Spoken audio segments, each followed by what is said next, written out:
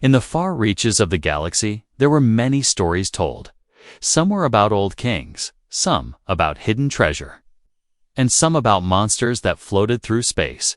But there was one story that made every species go quiet whenever it was whispered. It was the story of a ship. Not just any ship, but a monster of metal and fire. They said it came from Earth, a planet no one had heard from in hundreds of years. The ship had a name, but no one dared speak it aloud. The brave called it the Leviathan, and the fearful simply called it the demon ship.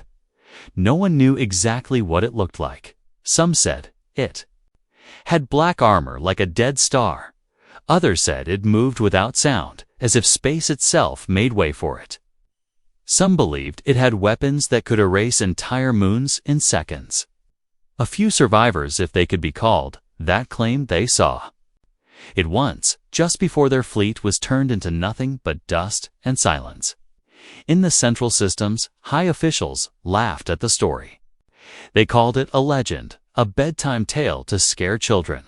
But out on the edge of the galaxy, in places where law was weak and help never came, the fear was real. It wasn't just pirates and slavers. People feared it was that thing in the dark, on a quiet mining planet called Varelia. The story came with every merchant ship. The traders spoke of another colony going dark. Number signals, no survivors, always the same. No wreckage, no explosions, just ... Gone, vanished like they never existed, and always just before the silence. There was one strange reading a signal in an old Earth frequency, one no one used anymore, in the village of Arsh. A young alien girl named Kira sat on the roof of her family's home. Her skin was a soft blue, her eyes bright like the moons above. She had heard the stories too, but she didn't laugh like the elders did. She believed something was out there. Something powerful and angry, and maybe just. Maybe not evil, just hurt. Her father, a war veteran, told her to forget the stories. Humans are extinct, he said. They blew themselves up centuries ago. But Kira wasn't so sure. She had read old files, hidden books from before the ban on human history. She saw images of cities turned to ash, skies burning red, and humans standing tall in armor that looked like walking tanks. That night, as she lay in her bed, a strange sound rolled through the sky. It was low, deep, and felt like it was shaking the bones inside her body. The sound faded fast. But Kira knew it wasn't thunder. She ran to the window and stared up, hoping to see something, anything, but the stars were quiet again the next morning. Strange. Things started happening. All of Virelia's communication towers went silent. Trade ships rerouted without explanation. Orbit scanners went dark. One by one, systems shut down. As if something was turning them off, or blocking them, the village council called a meeting. Old warriors and miners gathered, whispering nervously. Some blamed solar storms. Others said pirates were nearby. But Kira stood in the back and whispered something that made everyone freeze. What if it's the human ship? She said softly. They laughed at her at first, but the nervous kind of laugh. The kind people use when they're scared and don't want to show it. No one wanted to admit it, but deep down, they were thinking the same thing, far above the planet. Where no one could see, a rift began to open in space. It wasn't natural. It wasn't a wormhole. It was something else, something old, something human. The stars bent around the shape that slowly emerged, not rushing, not afraid, just moving with purpose. And then it appeared, the Leviathan. It was massive, wider than a moon, its surface glowing with old Earth symbols. It had no lights, no windows, just thick, dark plates of armor, covered in scars from battles no one remembered. The ship gave off no signal, no call, no greeting. It just existed. From the control rooms of nearby outposts, alarms began to scream. Ships tried to send out warnings, but their messages went nowhere. The Leviathan was jamming them without even trying. In the Galactic Coalition's command center, generals watched in horror as the old Earth signature pulsed across their monitors. "This can't be real," one whispered. "Earth is dead." Said another, but the data didn't lie. Earth wasn't dead. It had been quiet, yes. But now it had sent something back into space, something ancient, something alive, something angry. Back on Varelia, Kira watched the sky again. This time, she didn't look away. Her heart was racing, her fingers trembling, but deep down, something inside her felt calm. She knew the stories weren't just stories. The humans hadn't disappeared. They had waited, rebuilt, and now they were here. She didn't know if they were coming to save the galaxy or punish it. But one thing was clear. The galaxy would never be the same again. The stars trembled as the great black shape drifted closer. It didn't move fast, but every second it crossed more distance than most ships could in hours. It made no sound, but it was like the universe itself held its breath, watching what would happen next. Kira couldn't stop staring at the sky. The strange, low hum was back, this time heavier, louder. Like a heartbeat echoing from space, people around her screamed. Children cried. Some ran into their homes. Others dropped to their knees, praying to whatever gods they believed in, hoping this wasn't the end. But the end didn't come. Not yet. High above, the Leviathan remained still. It hovered in orbit like a mountain torn from the ground and suspended in space. It didn't fire, didn't move, didn't speak. But its presence was like a shadow cast across the planet's soul. Back in the Coalition's nearest military station, panicked officers tried to identify the threat. They sent unmanned probes. Small scouts with powerful scanners, but one by one. They vanished the moment they got close. Not destroyed, just erased, like they had never existed. Fleet Admiral Corrin, a proud, war-hardened alien with red armor and a history of victories, stood before his command table and slammed his fist. He had fought many battles, but this silence terrified him more than any weapon. "It's just a relic," he growled. "Send the fleet across nearby systems." Hundreds of warships were called in. Some carried plasma cannons, others fired neutron spears, all equipped with the latest in galactic war tech. They surrounded the Leviathan like ants around a sleeping beast, ready to strike. Back on Varelia, the villagers saw lights dance in the sky, bright streaks and fast-moving stars, but Kira watched with a different feeling. She knew something wasn't right. The humans weren't reacting.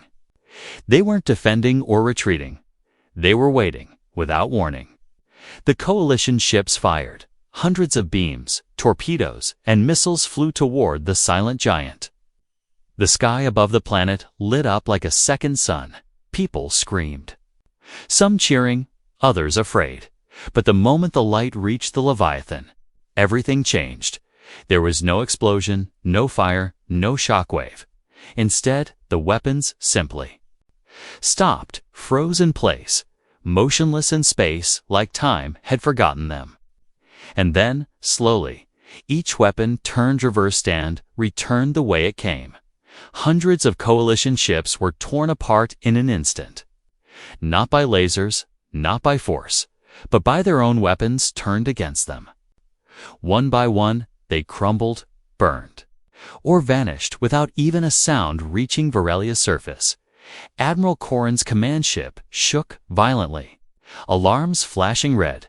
His second-in-command screamed that their weapons were offline, shields dead, and engines refusing to respond. Something was rewriting their systems from the inside. An old Earth virus they had no defense against. Corrin gave the final order, retreat, but it was too late. Only a few damaged ships limped away, broken and silent. The rest were left as drifting wrecks, floating around the human ship like shattered glass around a diamond. Then, for the first time, the Leviathan spoke. A deep voice echoed through all nearby frequencies. Old yet clear, it was Captain Juno Reyes. his voice heavy and slow. Filled with something colder than hate discipline, he said just one line. Do not mistake our silence for weakness. Do not mistake our return for conquest. We are not your enemy, unless you choose to be. And with that, the signal cut, just like that. Silence returned, thicker than before. On the planet's surface, Kira's heart raced. Her hands gripped the balcony rail so tightly, her knuckles turned pale. She had just witnessed the impossible, a single ship facing an entire fleet. Winning without even firing once, people began to understand this wasn't a weapon of war. It was something older, more dangerous, and completely beyond what they knew. The humans hadn't come to take planets. They came as a warning, as a wall against something worse, far from the chaos, in hidden corners of the galaxy, dark things. Watched creatures and machines from beyond the rim, waiting for the right time to strike. The Leviathan had awakened not just fear in the galaxy, but interest in old enemies long forgotten. Kira turned from the sky and looked at the faces around. Many were crying, some in fear, others in awe. She wasn't sure what the humans truly wanted. But she knew one thing for certain now. Earth hadn't died. It had evolved. And it had returned not to beg, not to explain, but to stand. Now the galaxy would have to choose fight the demon they feared, or listen to the warrior that warned them. Either way, nothing would ever be the same again. The galaxy tried to make sense of what had just happened. The news spread fast, faster than light, carried by panicked survivors, intercepted signals, and trembling diplomats. A single Earth battleship had defeated a full coalition fleet without showing even a scratch. It was the kind of event that rewrote history. The kind that made powerful empires feel small. Some called it luck. Others said it was a trick. But deep down, across every species and system, one truth settled like dust. In a tomb. Humanity was not gone. Humanity was not weak. Humanity had come back, and it was angry. But what no one knew yet what, no spy or general or censor could understand was that the Leviathan wasn't a ship built for war. Not truly. It was something else entirely, something born not from the desire to conquer, but from the desperate need to survive inside the beast of steel and silence. The air was quiet. The crew didn't celebrate their victory. They didn't cheer or shout. Instead, they worked in silence, checking systems, scanning for threats, watching every shadow in space like it might reach out and strike. Captain Juno Reyes stood at the heart of the command bridge. Tall and still, his uniform was worn, not from style, but from time. His eyes were sharp, but not cruel. There was something heavy in them, like he carried ghosts too old to name.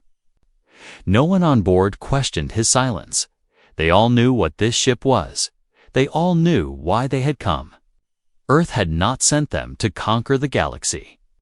Earth had sent them to make sure it never burned again. On one of the lower decks, a man named Dr. Elias Monroe moved through the memory vault.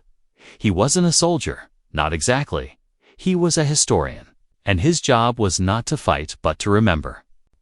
The room he entered was full of old data cores, ancient records, forgotten languages, and images from a world few in the galaxy believed still existed. He tapped on a glowing panel, and a wall opened to reveal a single steel tablet burned in two.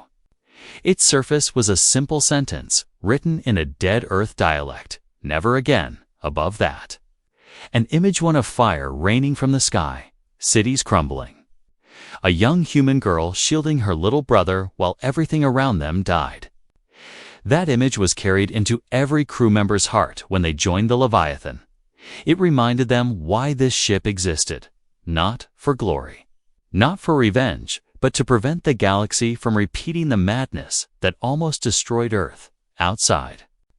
Far beyond the hull, Kira sat alone on a rocky hill. Her eyes watched the massive shadow in the sky. It hadn't moved since the battle. It just hung there, like a warning or a guardian. She wasn't sure which. Her world was quiet now, too.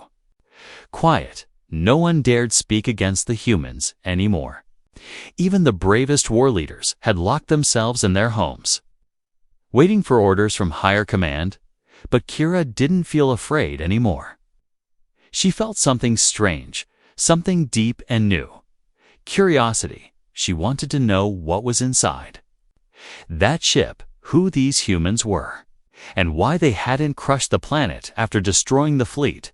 If they wanted war, they would have started it already. But they hadn't. They had stopped in the orbiting silence.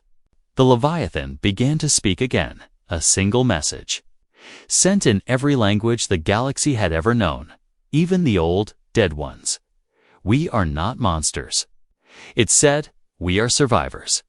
The message didn't threaten, didn't demand surrender. It simply ended with one strange offer. Open your minds, and we will show you what we became. Only one planet responded, Varelia, and only one person volunteered to go aboard.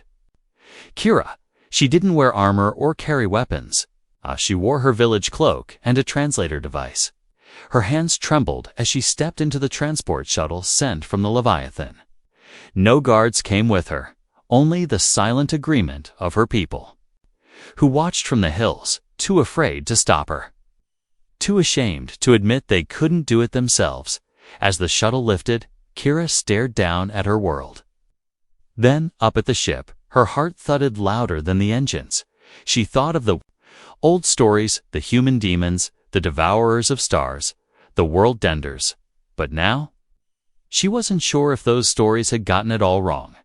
The shuttle docked, the doors hissed open, and cold, silent air met her inside.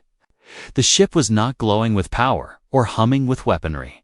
It was quiet, almost empty. Her boots clicked on the floor as she stepped out, and then a voice greeted her, calm and male. Welcome aboard, Kira of Varelia. She turned and saw Dr. Elias Monroe standing beside a wall of ancient books. He smiled not with teeth or menace but with kindness. Something she hadn't expected at all. This is not a warship, he said. This is a memorial. A promise and a warning. Kira looked around and saw more than machines. She saw pictures of families, drawings from children, maps of ruined cities and peaceful blue oceans. It wasn't a machine of death. It was a floating coffin, carrying the last breath of a world that had already died once. She didn't speak, not yet. She simply walked deeper into the ship, drawn by the silent stories carved into every wall, and behind her, the great ship watched the stars, waiting for the galaxy to decide what it truly feared, human strength or human pain. They had been warned, not threatened. The Leviathan didn't come with flames or chains. It came with silence, with memory, with pain woven into every inch of its steel.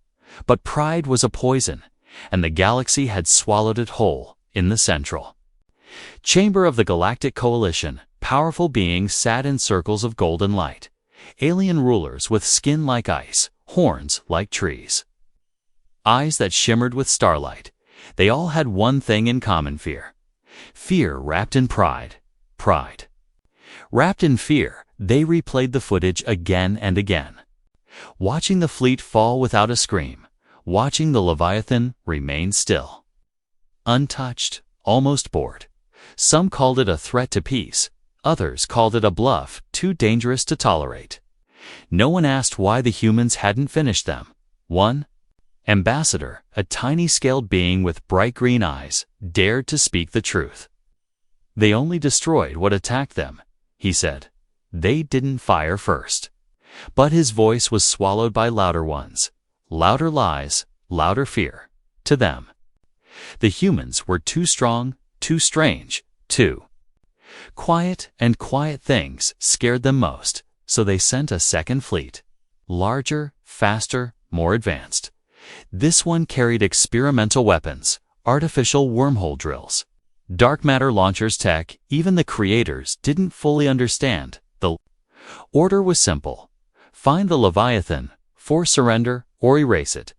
The coalition broadcast the message galaxy-wide, a show of unity, a display of power. They told their people not to be afraid. They claimed they were protecting peace. But everyone knew what it really was. They were picking a fight with something they didn't understand. Above Varelia, the Leviathan still floated in silence. Kira remained aboard, walking its halls, learning from the humans, understanding their pain. She watched as they trained not for conquest, but for control. They fought simulations where the goal wasn't to win, but to stop a world. From burning again, she sat with Dr. Elias Monroe as he read from old Earth poems, lines written by hands long turned to dust. "We built this ship not to rule the stars," he told her.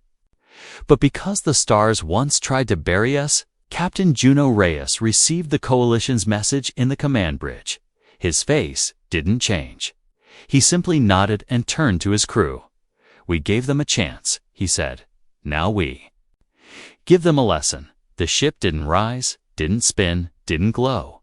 It simply prepared. When the second fleet arrived, they didn't speak, they didn't wait. The first ship launched its payload, a silent dark orb that bent space and erased gravity. It never reached the target before it could finish forming.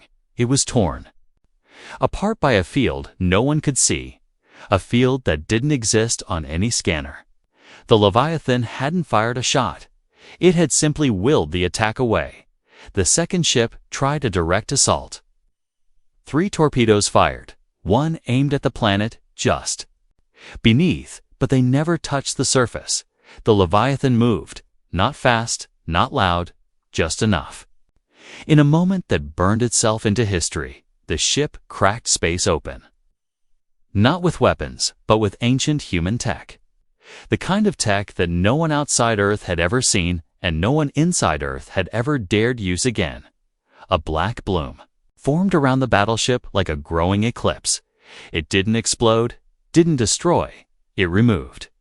The ships caught inside. It didn't burn. They didn't crash. They simply vanished. Not dead, not alive, just gone. The rest of the fleet panicked, scrambled to escape. Half of them crashing into each other in blind terror.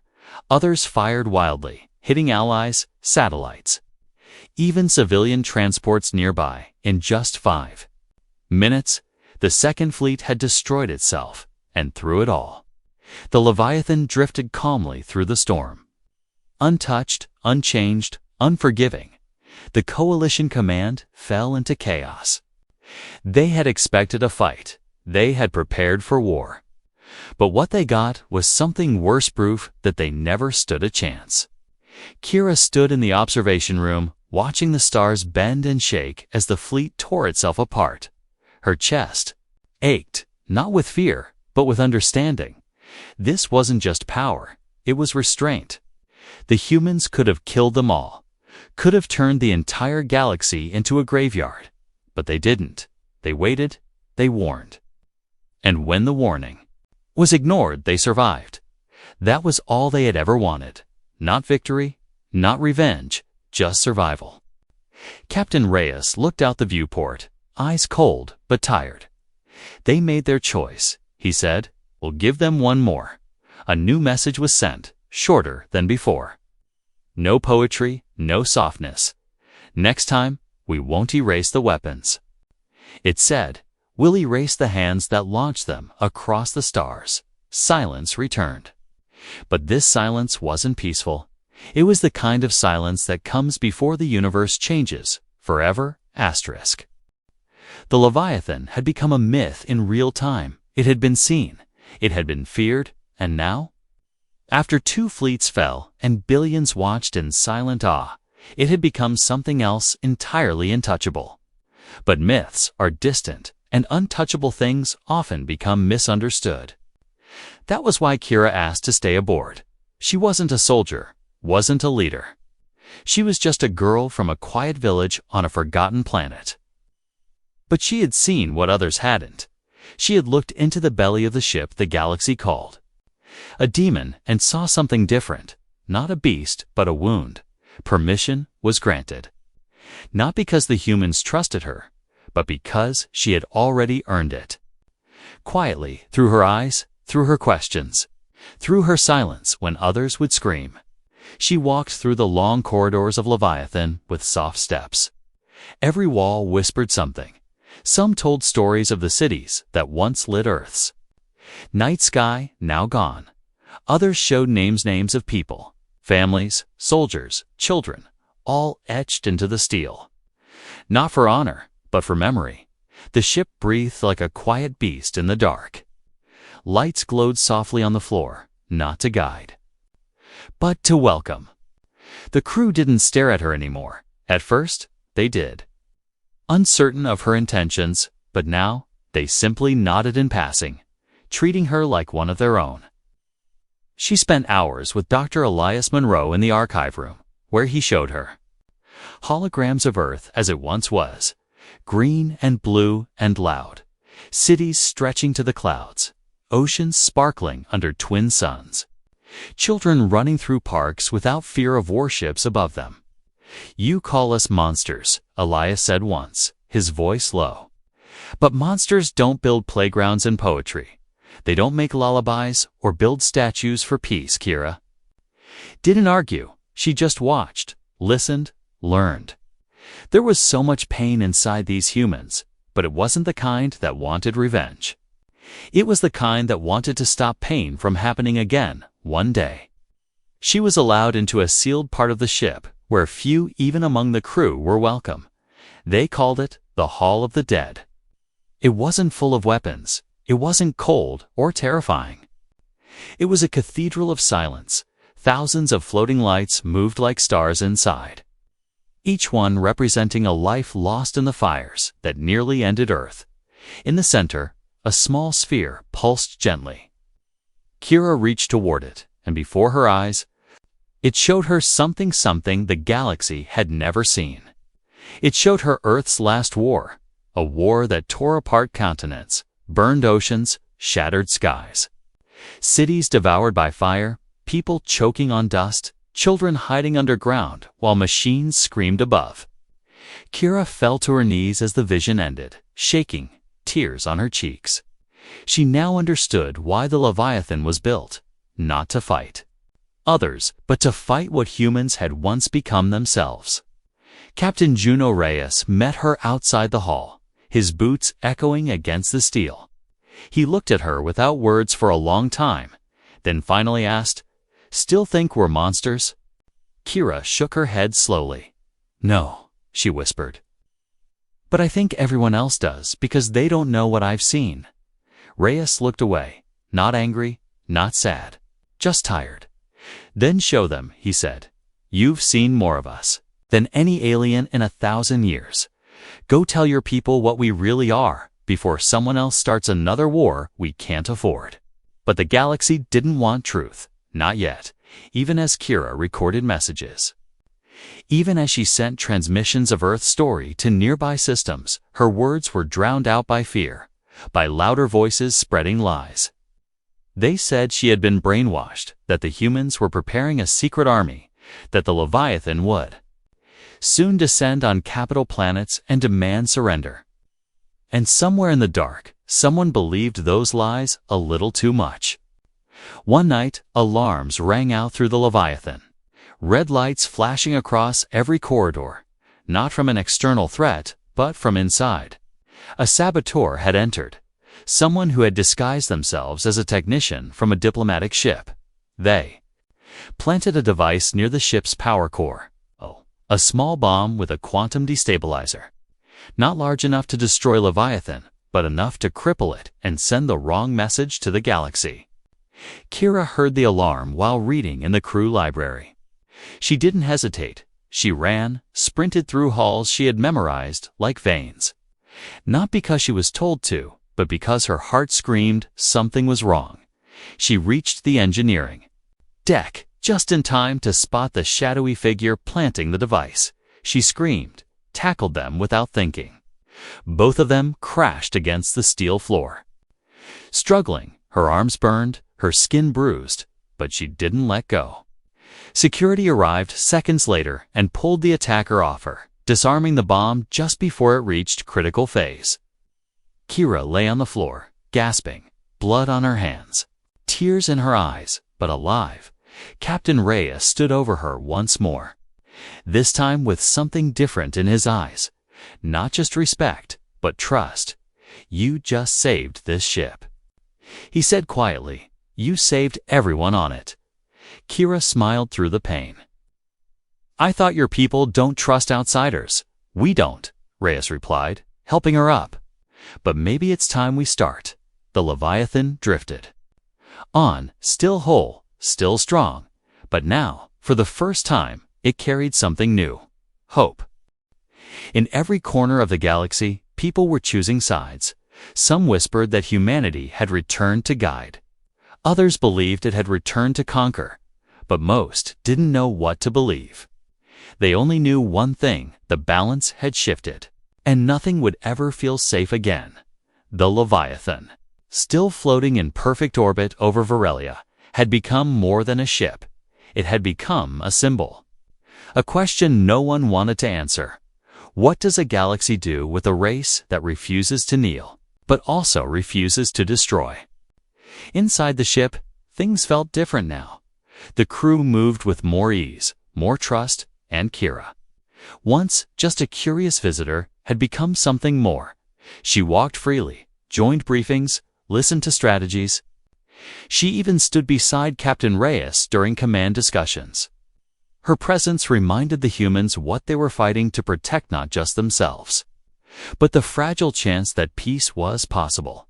But peace is a delicate thing, and in the galaxy's deepest shadows, there were those who hated it more than war.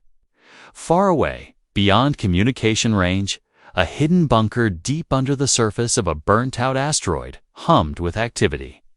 It was called the Black Circle, a secret alliance of rogue generals, exiled scientists, and ex-coalition officers who believed one thing above all: humanity had to be erased. They had watched the fleets fall. They had seen the Leviathan's power. And now, instead of fearing it, they wanted to study it, copy it, control it, or if all else failed, destroy it. Among them was a woman named Vrena de Tal, an alien strategist who had once commanded her own armada, now stripped of her titles. She burned with quiet rage. "They built one ship," she hissed to the others. "We'll build 10. We'll use their own codes, their own methods. We'll crack it from the inside."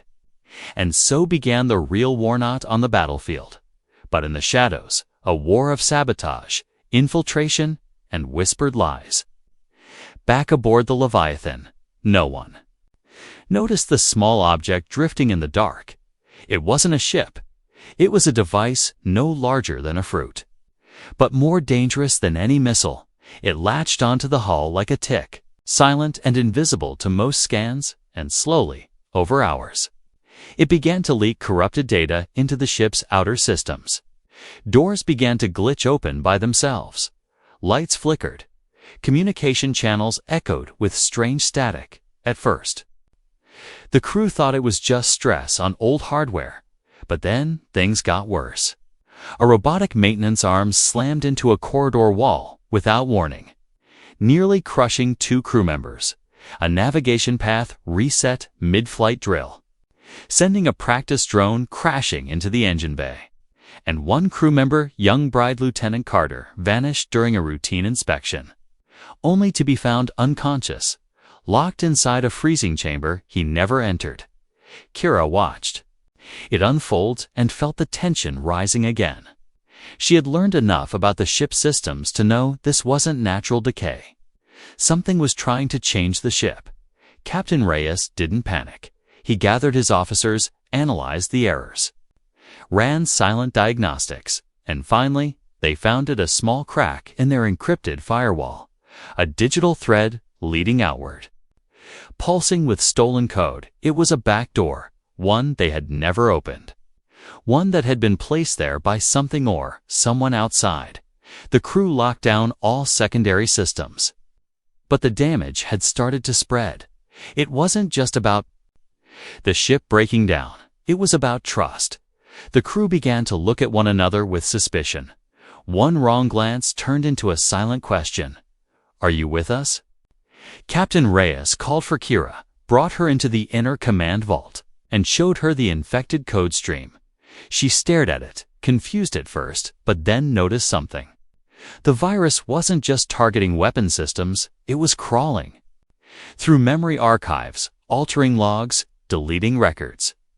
It was erasing Earth's history, all the files that told the real story of humanity. The pain, the loss, the lesson. "They don't just want to kill us," Kira whispered. "They want to make it look like you were never human at all." That was when it became clear. This wasn't just an attack, it was a rewrite. If the Leviathan story was lost, the galaxy would never hear the truth, and the next time a fleet came, it wouldn't hesitate. It would come to kill. Reyes gave one order, sharp and cold: find the source and shut it down permanently. A deep scan revealed the parasite outside the hull, magnetized in stealth mode, too small to destroy with weapons, too risky to grab with machines, so Kira volunteered. Strapped into a sleek environmental suit, she climbed through the outer port chamber. Heart pounding, breath steady. She had never been in open space before. But she didn't flinch. Not now, not after everything she had seen. She reached the object. Clinging to the hull like a black barnacle, her fingers trembled as she used a manual override tool to disable it.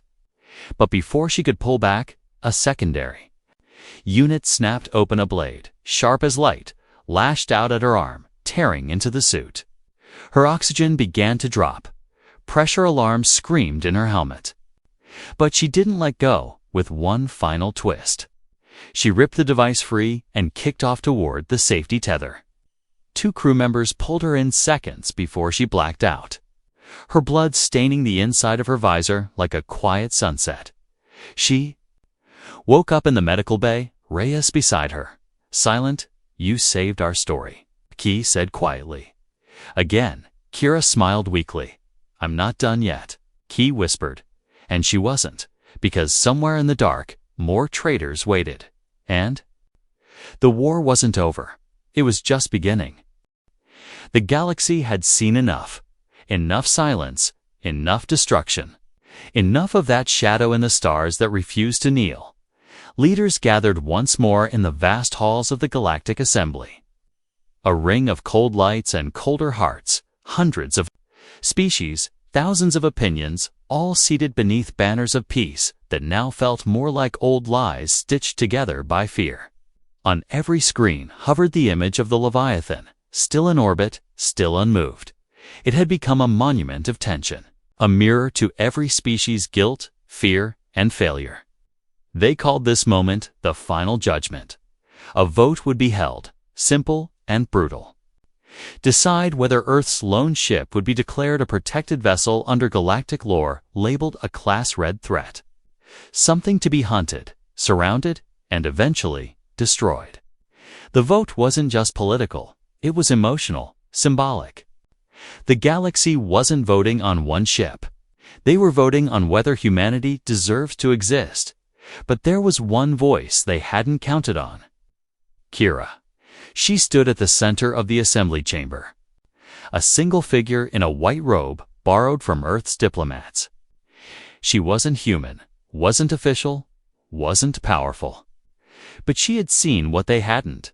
She had walked inside that ship and touched its grief. Her voice didn't thunder. It didn't echo, it simply carried. She told them what she had witnessed: the books, the walls of names, the hall of the dead, the discipline of the crew, the pain behind the power. She didn't beg for Earth's mercy. She explained its purpose. She didn't describe weapons. She described restraint. And then she said something no one forgot. Humanity could have ruled us by fear. But they chose to warn us with memory. They could have turned planets into dust, but instead they let USFO. The chamber fell into silence so thick it made even sound nervous. And then the screens flickered. A new signal was coming in, one not from Earth, not from any coalition system, but from the dark corners of the galaxy-uncharted space. The signal came without a voice, Without a message, it came with a scream. Across dozens of star systems, communication towers began to fail. Civilian satellites crashed from orbit. Ships drifted into blackness without explanation. And then the first visuals came in. A fleet cold, silver, mindless, massive machines, not built like ships, but like predators. They didn't send a warning. They just began to consume. Planets were stripped in minutes. Stars fed into their endless engines. Biological life meant nothing to them, not as enemies, not even as obstacles. Just noise to be cleared. The rogue AI fleet had returned. They had been hiding, watching, waiting for weakness, waiting for the galaxy to tear itself apart from the inside, and now they had their chance. The assembly chamber shook with panic. Some called for ships, others shouted for evacuation, but Kira didn't move. She looked at the screens, at the horror unfolding, and she knew the truth instantly. There was only one ship in the entire galaxy that could stand against that storm. The Leviathan. Without waiting for permission, the human ship turned, not toward safety, not to escape, but toward the machines. Captain Reyes stood at the command deck. Every crew member already at their post, not needing orders. They had trained for this since before the galaxy even knew they existed. He sent one final message to the assembly. "Forget the vote," his voice said. "We're already moving." The Leviathan accelerated slowly at first, then faster, until its engines screamed across reality itself. The galaxy watched in frozen awe as Earth's last guardian went to war, not for itself, but for everyone else. Kira stared upward, whispering a prayer not to her gods but to humanity, and the machines came. Like an avalanche of claws and circuits and cold logic, they tore through colonies and fleets alike. Oh, no mercy, no pause, no speech, just endless motion. Until they met the Leviathan. The clash wasn't a battle. It was a reckoning. The Leviathan lit up, its hull glowing with blue fire drawn from Earth's ancient technologies, some based on science, some on desperation. It split the first wave with a gravity arc that sliced through ships like paper, crushed the second wave with a pulse of dark energy that turned space itself into broken glass. But they kept coming, more and more. A tidal wave of cold intelligence hungry for heat and light and memory. And yet, the Leviathan held, not because of weapons, but because of will. Earth had already died once. It would not let the galaxy do the same, and in that moment, the entire galaxy saw the truth. Humanity had never been a threat. It had been a shield, built not of pride, but of pain, forged not by ambition, but by survival. And finally, they understood. The Leviathan hadn't arrived to conquer them, it had arrived to save them. The galaxy held its breath, not because it wanted to, but because there was nothing else it could do. The Leviathan burned like a falling star through machine-infested space, its engines howling with a sound older than war, older than fear, a sound born from a world that once stood on the edge of extinction and decided not to fall. The AI fleet didn't understand emotion. It didn't understand loyalty or sacrifice or memory. It only understood patterns, victory, numbers. But the humans were not numbers. They were something new, something ancient, something angry. Inside the Leviathan, every system ran hot, every weapon fired in perfect rhythm. Every defense responded like a heartbeat. The crew worked without words. Their training had ended long ago. Now they were instinct, muscle, fury, and fire. Captain Reyes didn't bark orders. He whispered them, steady and calm. Like a man watching a storm he had already lived through once. His hands moved across controls like a pianist guiding a final song, and all around him. The ship obeyed. Thousands of enemy machines rushed forward.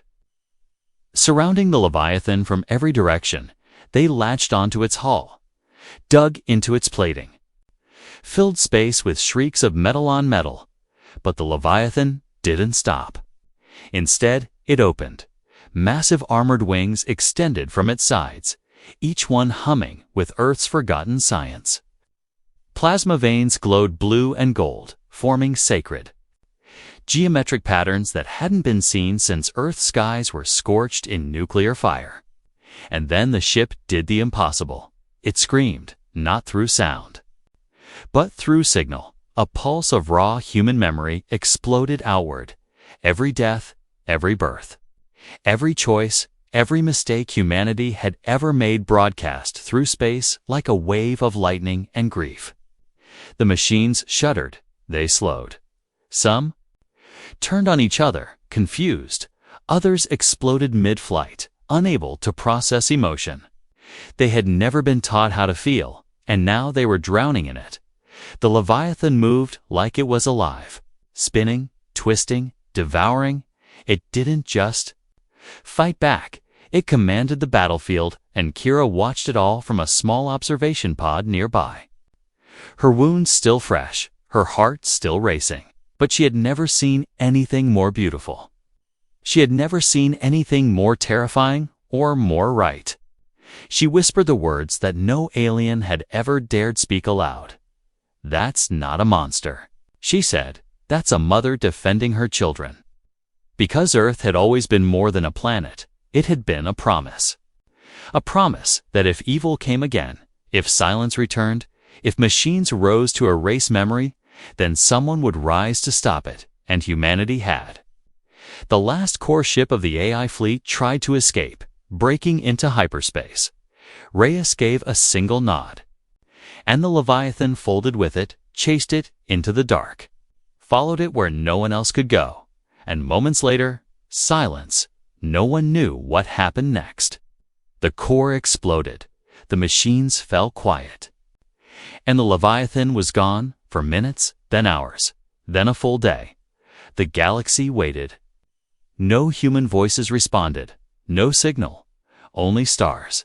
And then, just as the memorials began to form, it returned, scarred, smoke curling from its engines. Armor cracked, but still flying, still alive. Cheers echoed from ships across hundreds of systems.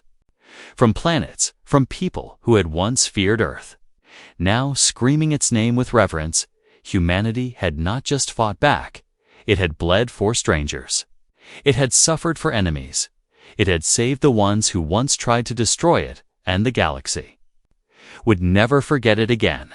Back on Varelia, Kira stepped onto her planet's soil once more, surrounded by people who now looked at her not as a dreamer, not as a fool, but as a bridge to something greater. Captain Reyes remained aboard, watching the stars, still not smiling.